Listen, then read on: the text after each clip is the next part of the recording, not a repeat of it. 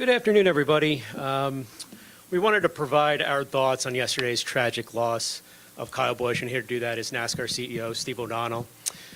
We know there may be specific health-related questions from yesterday. We do not have answers for those, but we did want to start this weekend talking about the legacy of Kyle Busch.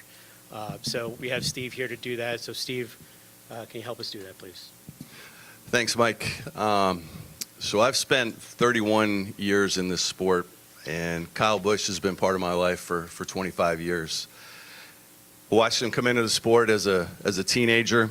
I think all of us would agree, full of talent, full of fire, didn't give a damn, was going to push us, and I think we all love that spirit.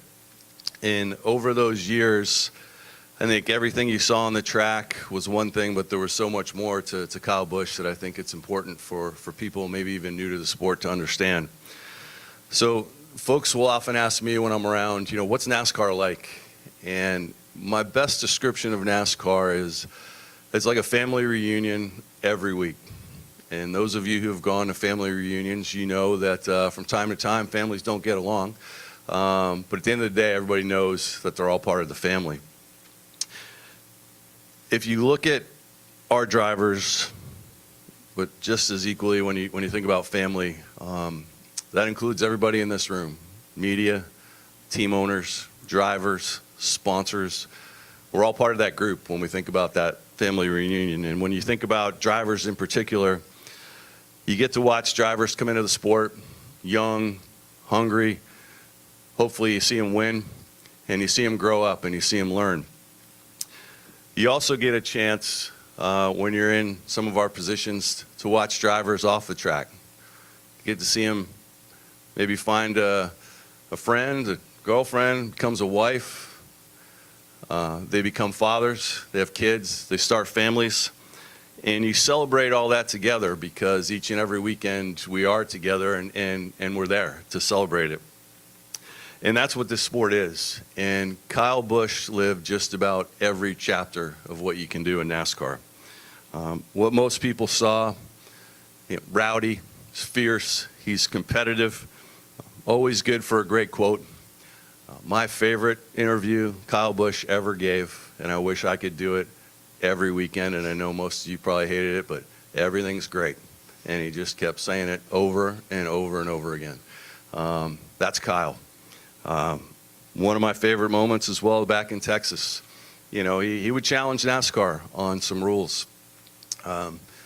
Maybe spun out, maybe hit the wall, decided that we needed to take him to the care center, laid flat out on a pit cart, made fun of us. I was mad at the time, but I look back and that was damn funny, and that was Kyle.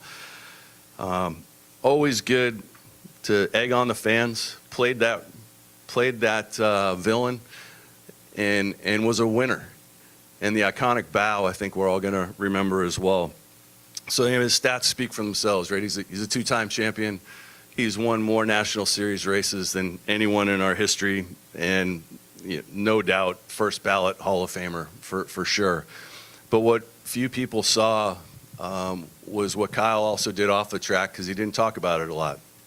And one of those examples I'd give to all of you is everybody knows, and I hope he doesn't mind me sharing this, but Daniel Suarez comes over from Mexico, learning English, learning how to race at the National Series level, struggling.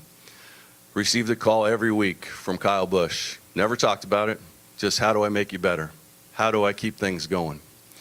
Kyle Busch started a truck series team that we all know was hugely successful, and that's wins on the racetrack. But what people new to the sport don't know is if you go up and down pit road on Sunday, you're going to see a lot of people that came through that. What you're also going to see is a lot of people behind the wheel on Sunday who came through that. He gave people a chance. He started the Bundle of Joy Foundation with Samantha because he knew how difficult it was to start a family, and he wanted to spread that message and yet had time to be a philanthropist off the track. I think we all saw, right, when he won last week at Dover, the quote from Victory Lane, it's tough to watch, right? It's telling. But what I look back on is a text from Kyle Tuesday, as only Kyle could do, and I keep looking at it. And he said, hey man, what do you think about an over 40 rule to be able to compete in all the Truck Series races next year? And I said, We put that rule in place because you were winning so much. But when we looked about it and we had a meeting Wednesday internal and we said, well, damn, that's actually good. We need Kyle in the Truck Series. And it was twofold because he knew he could help the series, but I think one day had a dream to race against his son in a National Series event. And that was Kyle, always thinking about the sport and going forward. So, I want to recognize a few folks we're obviously thinking about as an industry. And first and foremost, everyone at Richard Childress Racing, Judy and Richard, Mike and Allie Verlander. Mike, I don't know how he's dealing. He working with Kyle through the Truck Series, working at RCR, a great human being, and our thoughts are certainly with them. But all of the team back at the shop, those who are working on engineering, the crew members, excuse me, who put those cars together each and every week, those guys lost a teammate, and that's not lost on us that we're thinking about all of them. The sport and all of us grew up and watched Kyle be a racer, but we watched him become a husband and a father the same way we watched him become a champion, and we all did that as a family. We were all part of that. Kyle's parents, Kurt, Samantha's parents, all thinking about you for sure. And Samantha, Brexton, and Lennox are not just family of a NASCAR legend.